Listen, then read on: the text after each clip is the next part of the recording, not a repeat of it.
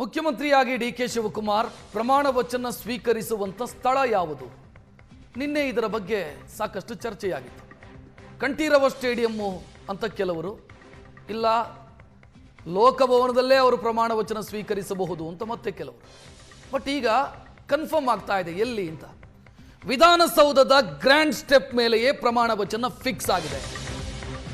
ನೂತನ ಮುಖ್ಯಮಂತ್ರಿ ಡಿ.ಕೆ. ಶಿವಕುಮಾರ್ ಪದಗ್ರಹಣಕ್ಕೆ ಸಿದ್ಧತೆಯಾಗ್ತಾ ಇದೆ. ಸ್ಥಳ ಪರಿಶೀಲನೆಯನ್ನ ಡಿಸಿಪಿ ಎಸಿಬಿಗಳು ಮಾಡಿದ್ದಾರೆ. ವಿಧಾನಸೌಧದ ಭವ್ಯ ಮೆಟ್ಟಿಲುಗಳ ಮೇಲೆ ಪ್ರಮಾಣ ವಚನ ಸ್ವೀಕಾರ ಕಾರ್ಯಕ್ರಮಕ್ಕೆ ಸಿದ್ಧತೆಯಾಗ್ತಾ ಇದೆ.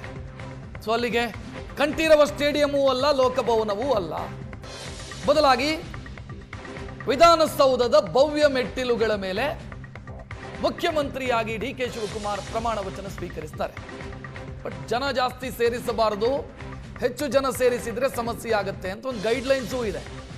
ನೀವು ಕಾಲ್ತುಳಿತ ಪ್ರಕರಣ ಆದ ನಂತರ ಒಂದು ಗೈಡ್ಲೈನ್ಸ್ ಸರ್ಕಾರವೇ ಮಾಡಿಕೊಂಡಿದೆ. ಸೊ ಅದರಂತೆಯೇ ಮಾಡಬೇಕು ಕಾರ್ಯಕ್ರಮ ಅಂತ ಈಗ ಸಿದ್ಧತೆಗಳಾಗ್ತಾ ಇರುತ್ತೆ.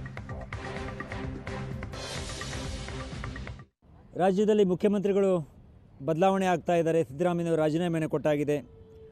ಹೊಸದಾಗಿ ಯಾರು ಮುಖ್ಯಮಂತ್ರಿ ಆಗ್ತಾರೆ ಅನ್ನುವಂಥ ಕುತೂಹಲ ಸಹಜವಾಗಿದೆ. ಆದರೆ ಡಿ.ಕೆ. ಶಿವಕುಮಾರ್ ಅವರು ಬಹುತೇಕ ಫೈನಲ್ ಆಗಿದೆ ಅನ್ನುವಂಥ ಮಾಹಿತಿಯೂ ಇದೆ. ಇದರ ಮಧ್ಯೆ ಪ್ರಮಾಣ ವಚನವನ್ನು ಎಲ್ಲಿ ಮಾಡಬೇಕು ಅನ್ನೋ ಕುರಿತಾಗಿ ಸಾಕಷ್ಟು ಚರ್ಚೆಗಳಾಗ್ತಾ ಇದ್ದಾವೆ. ಬೆಳಿಗ್ಗೆ ಬೆಂಗಳೂರಿನ ಪೊಲೀಸ್ ಕಮಿಷನರ್ ಸಭೆಯನ್ನು ಮಾಡಿದರು. ಸಭೆ ಮಾಡಿದ ಬಳಿಕ ಕಂಠೀರವ ಸ್ಟೇಡಿಯಮಲ್ಲಿ ಮಾಡಬೇಕು ಅಥವಾ ಗ್ರ್ಯಾಂಡ್ ಸ್ಟೆಪ್ ಮೇಲೆ ಮಾಡಬೇಕು ವಿಧಾನಸೌಧದಲ್ಲಿ ಅನ್ನುವ ಕುರಿತಾಗಿ ಅಧಿಕಾರಿಗಳ ಜೊತೆ ಸಂಪೂರ್ಣವಾಗಿ ಚರ್ಚೆ ಆದ ನಂತರ ಯಾರು ಮುಖ್ಯಮಂತ್ರಿಯಾಗಿ ಆಯ್ಕೆ ಆಗ್ತಾರೆ, ಶಾಸಕಾಂಗ ಪಕ್ಷದ ನಾಯಕನಾಗಿ ಆಯ್ಕೆ ಆಗ್ತಾರೆ, ಅವರ ತೀರ್ಮಾನದಂತೆಯೇ ಪ್ರಮಾಣ ವಚನ ಕಾರ್ಯಕ್ರಮ ಆಗುತ್ತೆ. ಬಹುಶಃ ಈಗ ಈ ಪೊಲೀಸರೆಲ್ಲ ವಿಧಾನಸೌಧದ ಗ್ರ್ಯಾಂಡ್ ಸ್ಟೆಪ್ ಮಾಡಿ ಬಂದು ಇಲ್ಲಿಯ ಆ ಒಂದು ಕಾರ್ಯಕ್ರಮವನ್ನು ಮಾಡೋದ್ರ ಬಗ್ಗೆ, ಹೇಗೆ ಯಾವ ರೀತಿ ಕಾರ್ಯಕ್ರಮವನ್ನು ಆಯೋಜನೆ ಮಾಡ್ಬೋದು, ಬಿಗಿ ಬಂದೋಬಸ್ತ್ಗಳು ಹೇಗಿರಬೇಕು ಅನ್ನೋದ್ರ ಕುರಿತಾಗಿ ಬಹುತೇಕ ಒಂದು ಚರ್ಚೆಯನ್ನು ಮಾಡೋದಕ್ಕೆ ಹಿರಿಯ ಅಧಿಕಾರಿಗಳೆಲ್ಲರೂ ಕೂಡ ಬಂದಿದ್ದಾರೆ. DCP ಇರ್ಬೋದು, ACP ಇರ್ಬೋದು, ಹಾಗೆ ಇನ್ಸ್ಪೆಕ್ಟರ್ಗಳಿರ್ಬೋದು, ಇವರೆಲ್ಲರೂ ಕೂಡ ಬಂದು ಇಲ್ಲಿ ಒಂದು ಸ್ಥಳ ವೀಕ್ಷಣೆಯನ್ನು ಮಾಡ್ತಾ ಇದ್ದಾರೆ. ಯಾಕೆಂದರೆ ಬಹುಶಃ ಡಿ.ಕೆ. ಶಿವಕುಮಾರ್ ಅವರೇ ಆಗ್ತಾರೆ ಅನ್ನುವಂಥ ಒಂದು ಮಾಹಿತಿ ಇರುವ ಹಿನ್ನೆಲೆಯಲ್ಲಿ ಪ್ರಮುಖವಾಗಿ ಬೇರೆ ಬೇರೆ ಜಿಲ್ಲೆಗಳಿಂದ, ರಾಜ್ಯದ ಬೇರೆ ಬೇರೆ ಭಾಗಗಳಿಂದ ಅನೇಕರು ಕಾರ್ಯಕರ್ತರಿರ್ಬೋದು, ಅಭಿಮಾನಿಗಳಿರ್ಬೋದು, ಅವರೆಲ್ಲರೂ ಕೂಡ ಬಂದು ಸೇರ್ತಾರೆ. ಹಾಗಾಗಿ ಕಳೆದ IPL ಸಂದರ್ಭದಲ್ಲಿ ಆದಂಥ ಒಂದು ಪ್ರಕರಣ ಕೂಡ ಎಲ್ಲರಿಗೂ ನೆನಪಿದೆ. ಈಗ ಯಾರು ಮುಖ್ಯಮಂತ್ರಿಗಳಾಗಿ ಆಯ್ಕೆ ಆಗ್ತಾರೆ ಅವರು ಇಲ್ಲಿ ಪ್ರಮಾಣ ವಚನ ಸ್ವೀಕಾರ ಮಾಡುವ ಸಂದರ್ಭದಲ್ಲಿ ಯಾವುದೇ ರೀತಿಯ ಅಹಿತಕರ ಘಟನೆಗಳಾಗಬಾರ್ದು, ಜನರಿಗೆ ಕರೆಕ್ಟಾಗಿ ಆ ಒಂದು ಕಾರ್ಯಕ್ರಮವನ್ನು ವೀಕ್ಷಣೆ ಮಾಡೋದಕ್ಕೆ ಅನುಕೂಲ ಆಗಬೇಕು ಅನ್ನುವ ನಿಟ್ಟಿನಲ್ಲಿ ಬಹುತೇಕ ಹಿರಿಯ ಅಧಿಕಾರಿಗಳು ಇವತ್ತು ಸ್ಥಳ ಪರಿಶೀಲನೆ ಮಾಡ್ತಾ ಇದ್ದಾರೆ. ಮುಂದೆ ಇಲ್ಲಿ ಕಾರ್ಯಕ್ರಮವನ್ನು ಆಯೋಜನೆ ಮಾಡಿದರೆ ಯಾವ ರೀತಿ ಪ್ಲಾನ್ಗಳನ್ನು ಮಾಡಬೇಕು ಅನ್ನೋ ಕುರಿತಾಗಿ ಕೂಡ ಚರ್ಚೆಗಳನ್ನು ಮಾಡ್ತಾ ಇರೋದನ್ನು ನೀವು ಗಮನಿಸ್ತಾ ಇದ್ದೀರಿ. ಸಹಜವಾಗಿ ಇಲ್ಲಿ ಪ್ರಮಾಣ ವಚನ ಕಾರ್ಯಕ್ರಮ ಆದರೆ ಬಹುಶಃ ಸಾಕಷ್ಟು ಜನ ಬರ್ತಾರೆ ಎನ್ನುವಂಥ ನಿರೀಕ್ಷೆ ಅಂತೂ ಸಹಜ.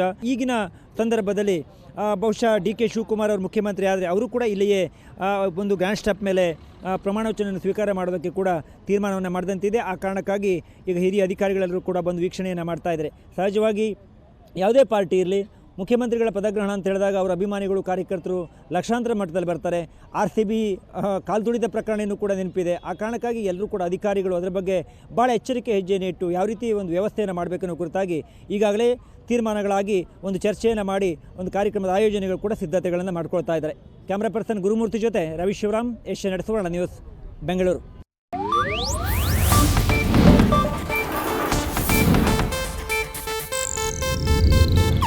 ಇದು ಏಷ್ಯಾನೆಟ್ ನ್ಯೂಸ್ ನೆಟ್ವರ್ಕ್ ಪ್ರಸ್ತುತಿ.